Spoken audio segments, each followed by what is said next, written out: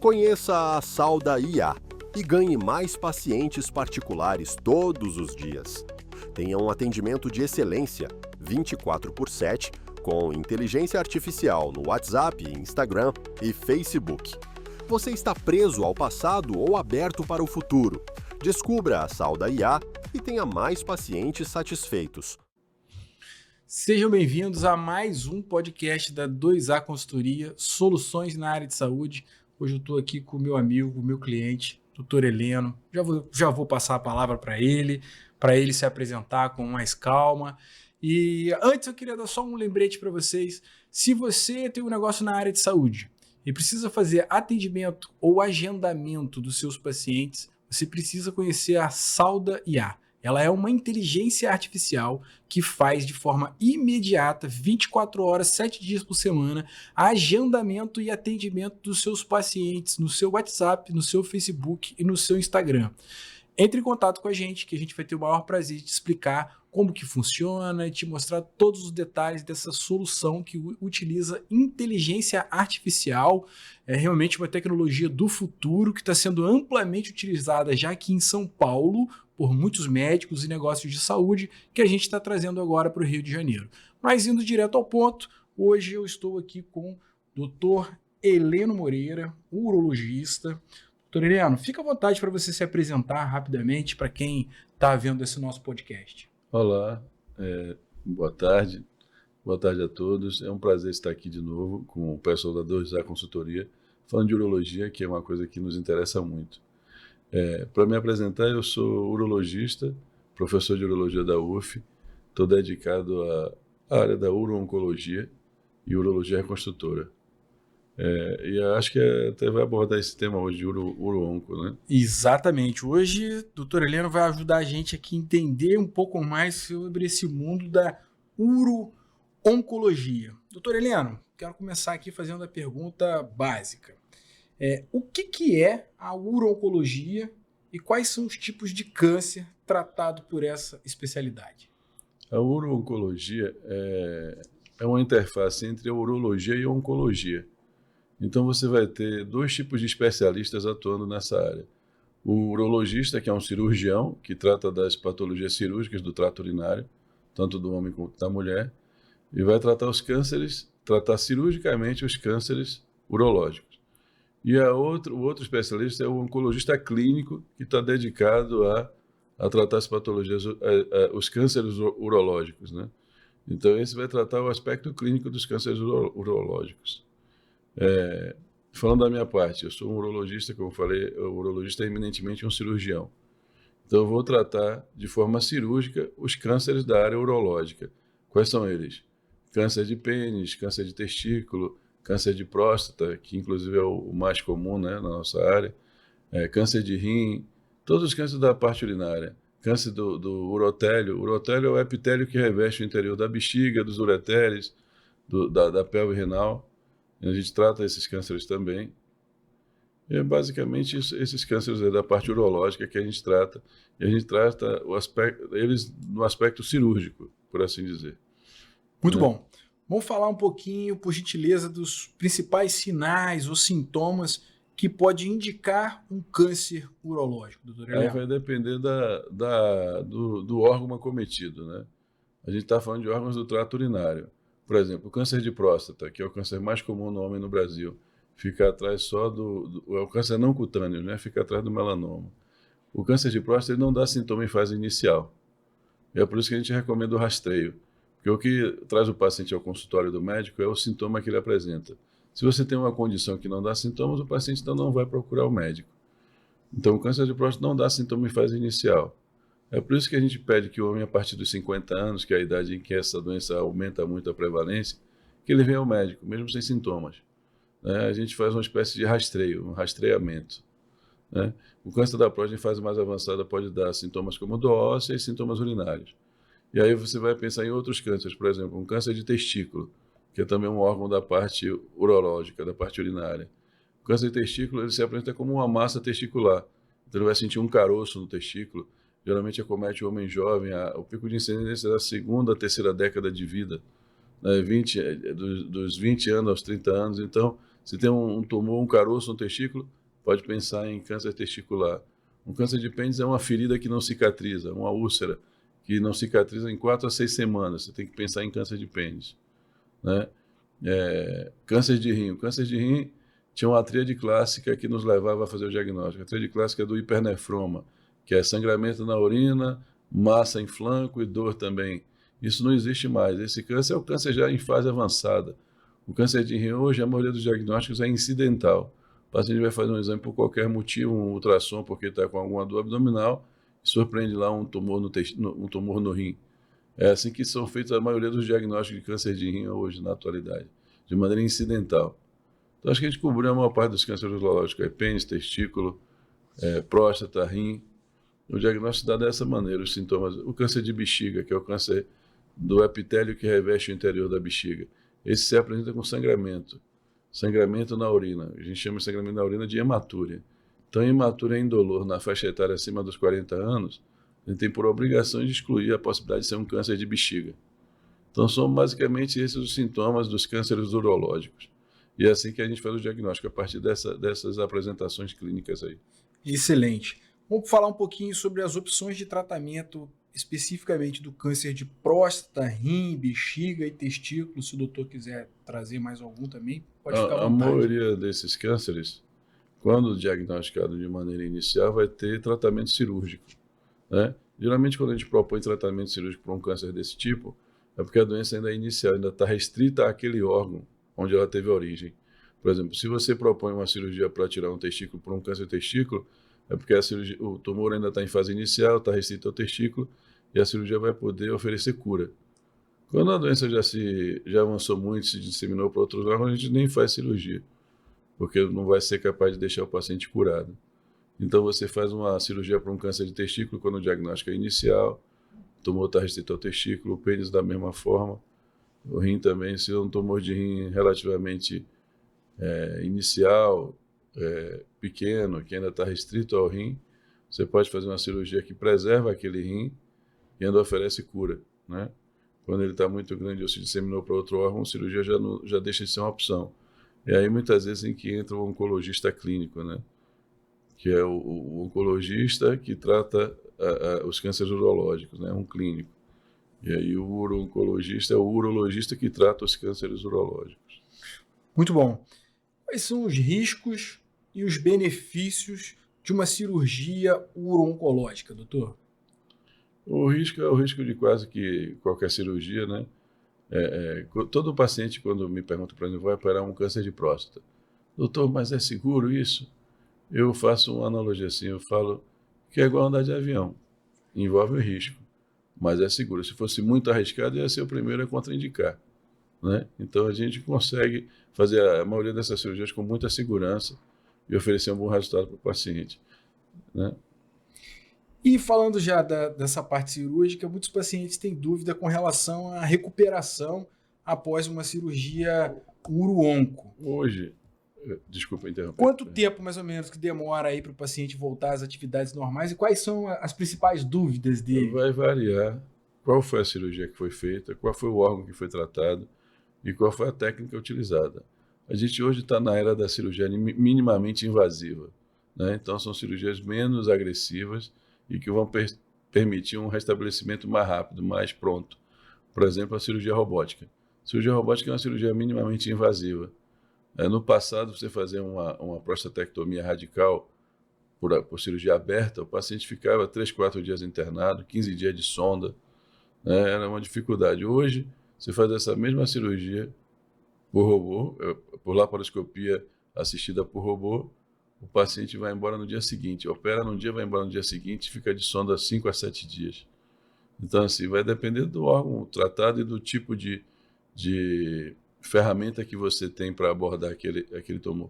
Se você pode fazer, por exemplo, uma nefrectomia parcial por cirurgia robótica, o restabelecimento é mais rápido. Por exemplo, quando a gente opera um tumor de rim, a gente, se for possível, se o tumor for pequeno e localizado, a gente tenta, na maioria das vezes, preservar o rim, fazendo uma nefrectomia parcial. Então, você é capaz de tirar o tumor, deixar o paciente curado e ainda deixar o paciente com aquele rim, não precisa tirar completamente o rim.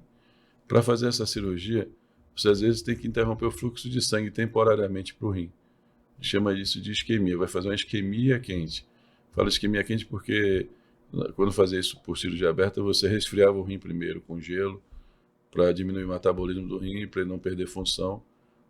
Na era da minimamente invasiva, a gente não resfria o rim, mas ainda assim interrompe o fluxo de sangue.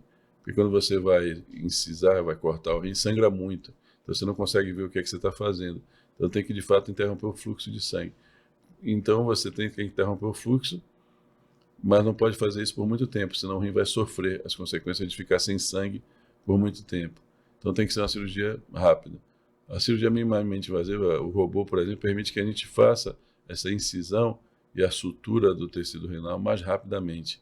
Então, digamos, geralmente o ideal é que essa isquemia fique abaixo de 30 minutos, para que o rim não venha a sofrer consequências como atrofiar, perder função. Então, se você pode usar uma ferramenta que lhe permite fazer isso com mais agilidade, que é o robô, por exemplo, então é bom. Você consegue cortar e suturar mais rápido, né? A cirurgia robótica, então, para o paciente, a gente pode pensar que ela traz benefícios ali durante a cirurgia e pós-cirurgia e a recuperação ainda mais rápida para o paciente. Exatamente. O transoperatório é melhor, o pós-operatório é melhor e no final o restabelecimento é mais rápido. O paciente pode voltar mais rapidamente às suas atividades usuais habituais. Muito bom. Vamos falar um pouquinho agora de efeitos colaterais aqui, mais comuns nos tratamentos oncológicos, que são bem conhecidos aí da população. Quando a gente fala de radioterapia, quimioterapia, como é que é isso dentro da uro-oncologia, doutor? Essa área, essa paciente que vai demandar um tratamento adicional como quimioterapia ou radioterapia, é aquele paciente que já tinha uma doença mais avançada no momento do tratamento, ou um paciente que reincidiu, que a doença voltou. Nós, quando operamos o paciente, geralmente a cirurgia por si só vai ser capaz de deixar o paciente curado, quando a doença é muito localizada e inicial. Então é por isso que a gente tenta fazer sempre o diagnóstico mais precoce. Então, quando acontece do paciente demandar um tratamento adicional, aí a gente vai precisar do oncologista trabalhando junto conosco, né, que vai ajudar a gerenciar o tratamento adicional. Não só o oncologista, às vezes vai precisar do radioterapeuta, enfim. É um tratamento multiprofissional mesmo. E as sequelas são variadas, vai depender, mas hoje já mudou muito, né? Tem imunoterapia que tem menos sequelas, aquilo que a gente pensa de cair cabelo, tal.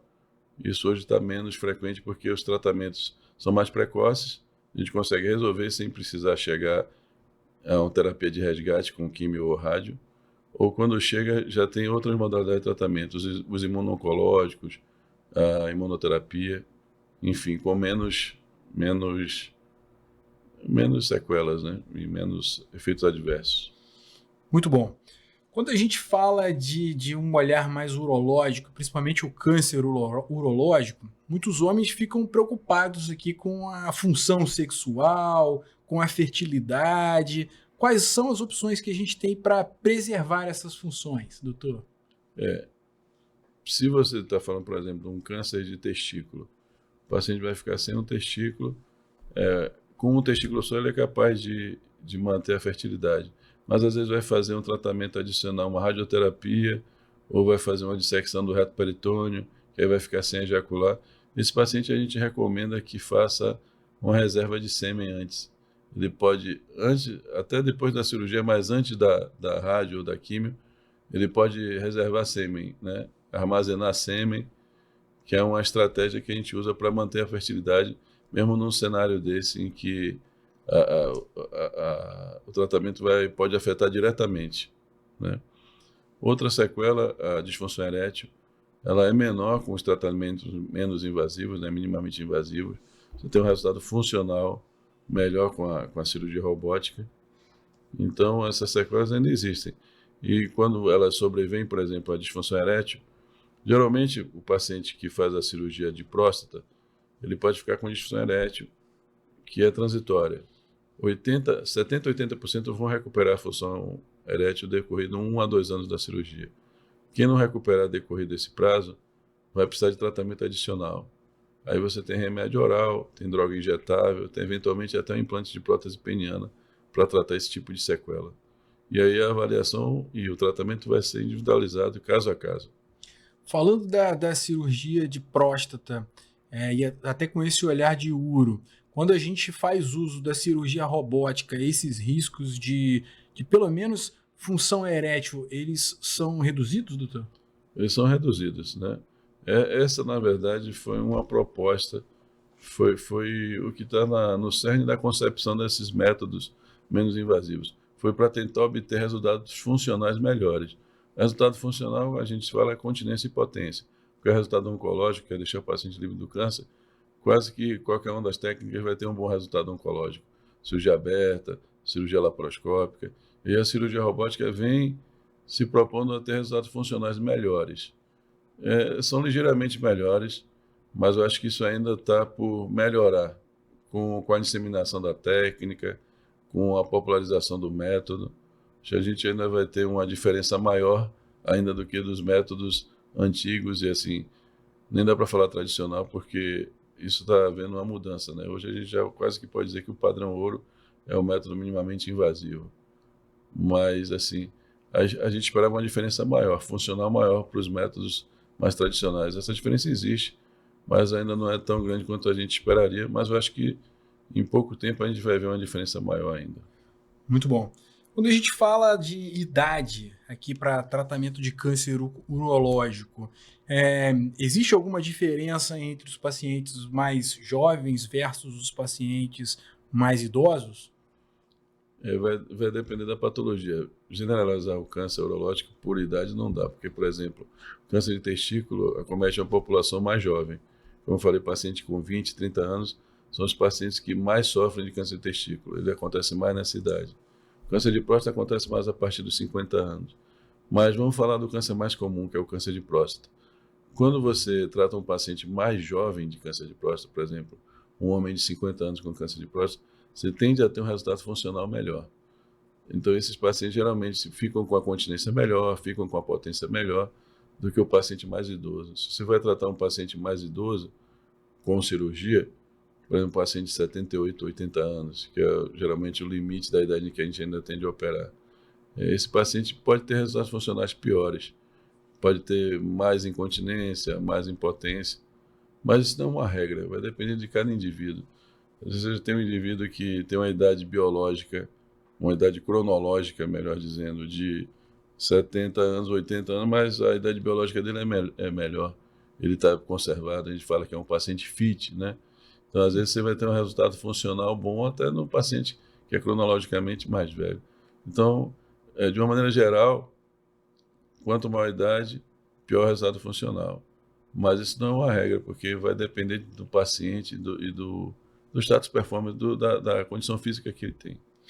E quando a gente fala de chance de cura para diferentes tipos de câncer urológico, vou pedir para o doutor falar primeiramente da próstata, depois a gente pode ir para os outros, mas os pacientes, eles quando já passam por esse tipo de tratamento, eles pensam assim, poxa, qual é a chance que eu tenho de cura com o tratamento A ou com o tratamento B? A maioria dos pacientes que a gente opera, falando em câncer da próstata, que é o mais comum, a gente opera o paciente que tem doença localizada, né?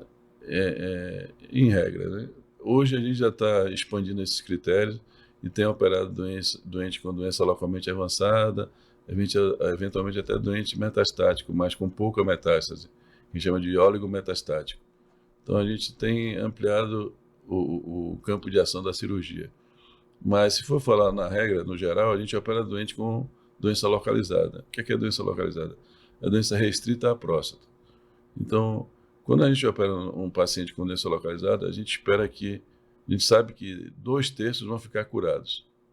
E 1/3 pode recidir até 5, 10 anos. É porque, na verdade, nosso estadiamento não é preciso. Às vezes a gente estimou que um paciente tinha doença localizada e ele já não tinha. E isso é uma, como é que eu posso dizer? É uma coisa inerente aos métodos que a gente tem hoje para fazer diagnóstico. Não é um erro, é uma limitação do método. Você usa um método diagnóstico que às vezes estimou que a doença estava de fato localizada e não estava. E você só vai saber isso, né, com a evolução. Conheça a Sauda IA e ganhe mais pacientes particulares todos os dias. Tenha um atendimento de excelência, 24/7, com inteligência artificial no WhatsApp, Instagram e Facebook. Você está preso ao passado ou aberto para o futuro? Descubra a Sauda IA e tenha mais pacientes satisfeitos. Ok. Algumas perguntas atrás a gente estava falando sobre rastreio, acompanhamento do paciente com câncer de próstata. Vou pedir para o doutor falar um pouquinho mais sobre a vigilância ativa e em quais casos ela é recomendada para o câncer de próstata. Vigilância ativa é quando você... o que acontece? O câncer de próstata é uma doença muito variada. Tem câncer que é menos agressivo, tem câncer que é mais agressivo. E a gente tenta identificar os cânceres que vão ser mais agressivos, que vão demandar tratamento. Porque se ele é muito pouco agressivo, é um câncer indolente, como a gente fala, uma variedade mais indolente, a gente pode até prescindir do tratamento, pode não tratar e apenas ficar acompanhando. A gente tem um score que avalia o grau de agressividade da célula tumoral no câncer da próstata. Esse é o score de Gleason. Ele vai, na prática, de 6 até 10, sendo 6 o menos agressivo e 10 o mais agressivo. Então, se você tem uma variedade de Gleason 6 e um baixo volume de doença apontado pela biópsia, você pode até optar por não tratar esse paciente de início e ficar acompanhando, porque talvez seja um câncer indolente que não venha a se desenvolver. E aí, se você trata o doente, ele pode sofrer mais do tratamento do que da própria doença. Então, a vigilância ativa é isso, é tentar identificar o paciente que tem uma doença que vai ser mais agressiva e que vai demandar, de fato, um tratamento, né? Então, se ele tem um Gleason 6, baixo volume de doença indicado pela biópsia, você pode optar por ficar acompanhando. Não é não fazer nada, é ficar observando de perto. Fazer um PSA a cada 3 meses, repetir uma biópsia depois de 1 ano. Se o PSA subir, rebiopsiar. Se a biópsia depois de 1 ano mudar, você pode mudar a conduta também. Pode optar por operar esse doente. E aí, se ele for um doente que não evoluir, ele vai ter o benefício de não precisar ser operado. E o paciente que evoluir, ele vai ter o benefício, por exemplo, ele levou 2, 3 anos para aquela doença evoluir. Ele vai ter o benefício de ter ficado 2, 3 anos sem tratamento, assim, sem um tratamento mais agressivo, e ainda ser operado depois, ainda podendo ter bom resultado. Então, mais qualidade de vida, né? Tentando oferecer mais qualidade de vida, exatamente. Muito bom. Já que a gente está falando de qualidade de vida, vamos entrar no tema aqui de alimentação, estilo de vida, como é que isso pode influenciar o tratamento e a prevenção dos cânceres urológicos. Aí o doutor pode escolher, de repente, colocar o foco na próstata ou seguir para outros. Não, é bom falar de vários, né? Assim, fator de risco identificado para alguns cânceres a gente não tem, né? Como o câncer de testículo, por exemplo. O câncer de pênis está associado com má higiene e baixo nível socioeconômico. Está associado com fimose, que é uma condição que às vezes impede a adequada higiene e a adequada visualização de uma eventual lesão de pênis. Enfim, ou seja, se você faz uma circuncisão mais precocemente, você pode favorecer a higiene, pode observar ali aquela região. Falando de câncer de pênis. Falando de câncer da próstata, não existe hoje estratégia de profilaxia para o câncer da próstata. O que a gente faz é um rastreio precoce, um rastreio para fazer diagnóstico precoce. Os fatores de risco não estão bem identificados. O principal fator de risco é a hereditariedade, né? Isso é uma coisa que a gente não tem muito como mudar. Mas tem alguns cânceres que o estilo de vida pode influenciar, como, por exemplo, o câncer de bexiga. O câncer urológico, é claro, que a gente está falando. O câncer de bexiga. Ele está intimamente associado com o tabagismo. E é uma coisa que o público em geral não sabe. O público em geral acha que o tabagismo está associado com o câncer de pulmão. Pensa direto em pulmão, mas o câncer de bexiga tem altamente relacionado com o tabagismo. É um fator de risco preponderante. E o câncer de bexiga, ele pode ser superficial ou invasivo. Quando ele é superficial, ele está restrito à mucosa. E você pode até eventualmente tratar e curar com a cirurgia minimamente invasiva, uma cirurgia feita através da uretra, uma cirurgia transuretral. Mas esse câncer pode voltar. E uma das coisas que favorece o retorno é o tabagismo. Então, uma das medidas, além de tratar o câncer, é cessar o tabagismo, porque vai impedir, vai influenciar na recidiva. entendeu? Entendi. Câncer de rim, obesidade está associado com câncer de rim, então o estilo de vida influencia nos cânceres. E provavelmente tem fatores de risco ainda que a gente nem identificou que estão relacionados com o nosso estilo de vida. O que a gente observa é que às vezes um indivíduo que migrou de uma área de uma população, você pega, por exemplo, o Japão, tem uma taxa de câncer de próstata relativamente menor. Só para dar um exemplo, vamos só...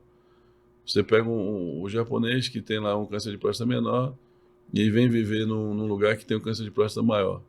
Às vezes, depois de um tempo passado, gerações, ele vai ter uma incidência semelhante para a região onde ele se mudou. Talvez por fatores ambientais, por um estilo de vida que ele pode adotar associado ali àquela área. Então, tem coisas que a gente não identificou, mas um estilo de vida saudável vai favorecer de uma maneira geral. Então, é sempre recomendável. O que é o estilo de vida saudável? Atividade física regular, dieta saudável, é isso. Entendi. Muito bom, doutor. Vamos falar então agora um pouquinho dos avanços mais recentes aqui no tratamento de câncer urológico. O que o doutor tem visto aí nos últimos congressos que você tem participado, os últimos artigos aí relacionados ao tratamento do câncer urológico?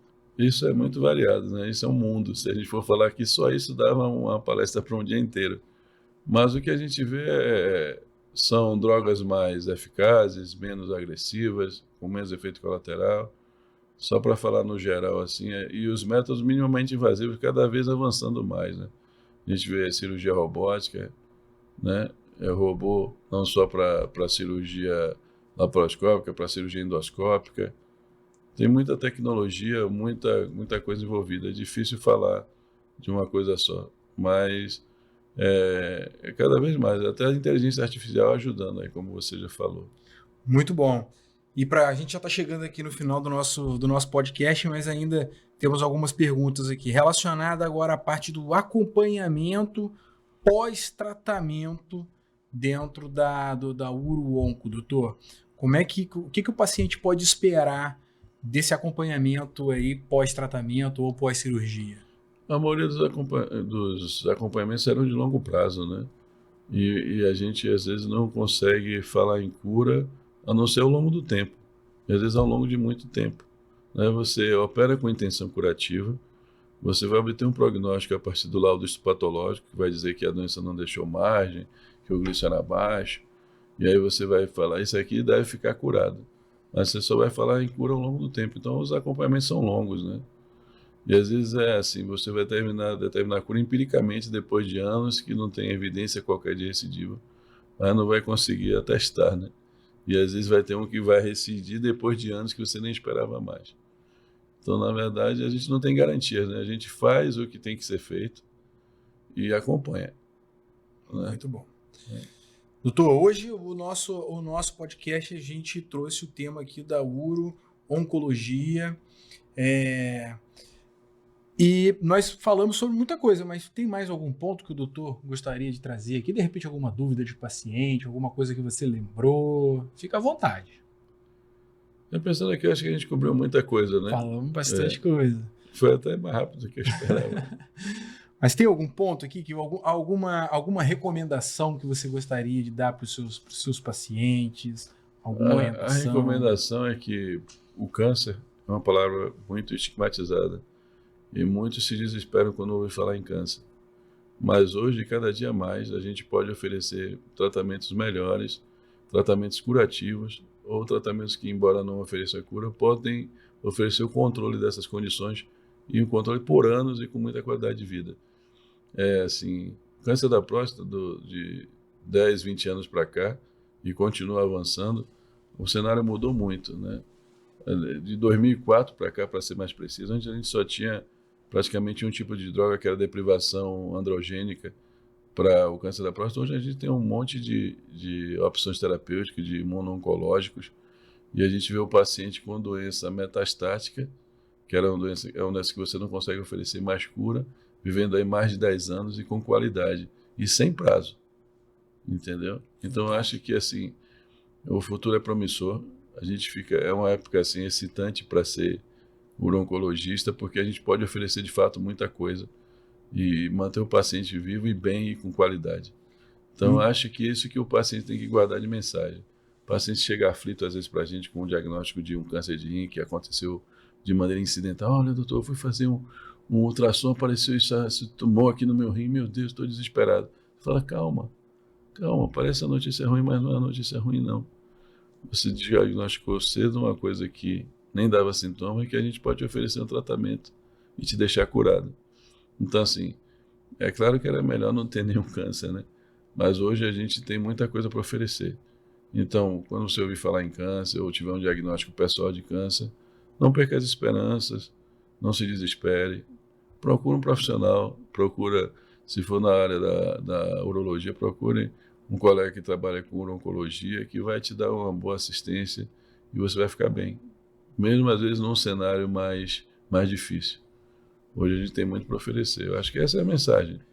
Muito bom, doutor. Eu gosto sempre de te receber aqui, porque além de trazer toda essa empatia que o doutor acabou de deixar claro aqui para todas as pessoas que estão ouvindo a gente, você traz o seu conhecimento, você traz a sua senioridade, você traz a sua autoridade, você traz a sua segurança, e isso transmite de forma muito sólida e de forma muito forte para os seus pacientes.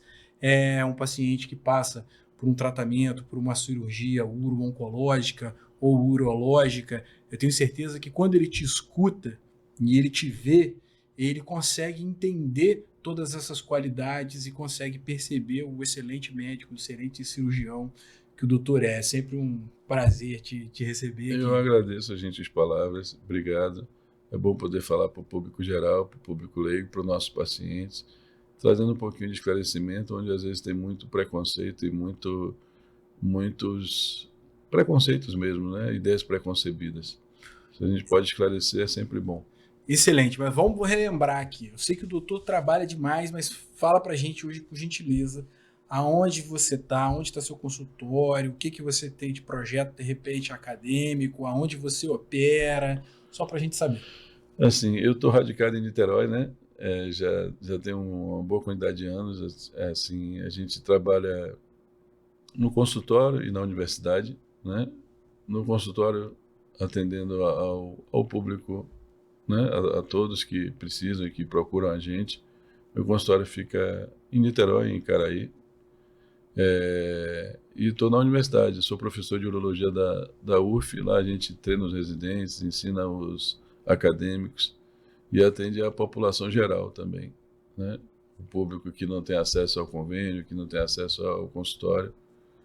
A gente está nessas frentes e sempre tentando ajudar da melhor maneira que a gente pode e com as condições que a gente dispõe. Eu acho que a gente faz um bom trabalho, eu fico assim satisfeito e não me via fazendo outra coisa. A gente gosta disso, gosta do que faz, gosta de operar, gosta de ajudar o paciente. E a nossa recompensa é ver assim muitos deles assim superando as dificuldades e ficando curados das suas patologias, dos seus cânceres e tocando a vida. Muito bom. Doutor Heleno, sempre um prazer te receber aqui. Obrigado. Mais uma vez, obrigado aqui pela nossa parceria, obrigado pela sua presença.